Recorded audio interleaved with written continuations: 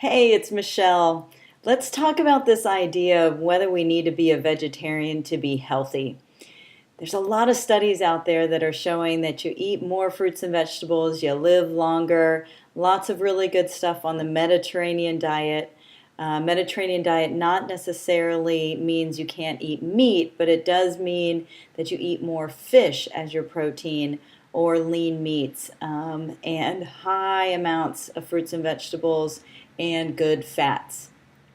All right, do we need to be a vegetarian? I say not necessarily to be healthy. All right, what I am suggesting is that you try to work on increasing fruits and vegetables and good fats. All right, we know that. How do we do that? One thing I just heard, and I love this idea because I kind of do it a little bit myself without even really realizing it, is becoming this weekday vegetarian. And then you can eat meat on the weekends.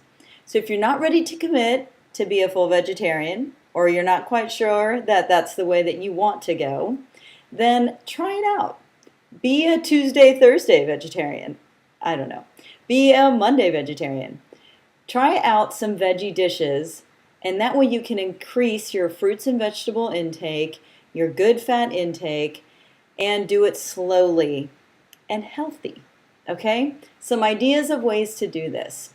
If you think about vegetarian, you think of it boring, being bland, there's no food options, what I'm going to eat, am I getting enough protein, all these things. Oh my gosh. Okay. Start out slow. Take it one step at a time. All right. If we're thinking about a vegetarian dinner, what kinds of things could we think of? We can't think of beans and rice, right? That's fantastic. Add a couple greens in there, a salad or something like that, you're good to go. All right, there's a lot of other fun options you can add in. I would say use olives and avocados in a lot of things that you make. It'll give it some flavor and also give you a nice little satiation, a little fat feel in your mouth that gives you some satisfaction. All right, carries you through. Quinoa, I've mentioned before, is a great grain, 100% protein source for you. Complete protein is what I mean by that.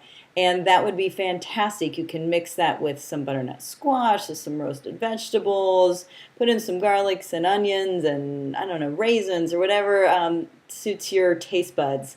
But add that in because it is a complete protein and it makes you feel satisfied when you eat it. All right, some other things that you can do. Portobello mushrooms give you that nice kind of meaty taste when you bite into it. Those would be a great substitute if you're a big meat eater. Okay, great idea.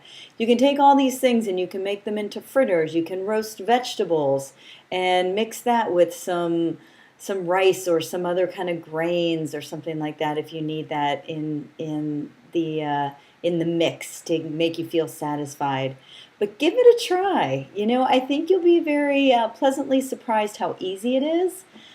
Use eggs if that helps too. In a salad, if you're going to make that, or in the mornings or at lunchtime kind of thing, if you can't figure out what to do, that's always a good option. I know it comes from an animal source, but it also can give you that same satisfaction without increasing the meat intake, meaning chicken, beef, pork, lamb, those kind of things. I'm cutting out more of like the red meats.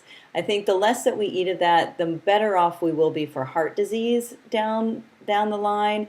It's easier for our system, and the more fish and fruits, vegetables, grain sources that are rich in phytonutrients, the more we get of that, the better off our skin is going to be, the more energy we're going to have, the better our internal system is going to digest the food that we eat.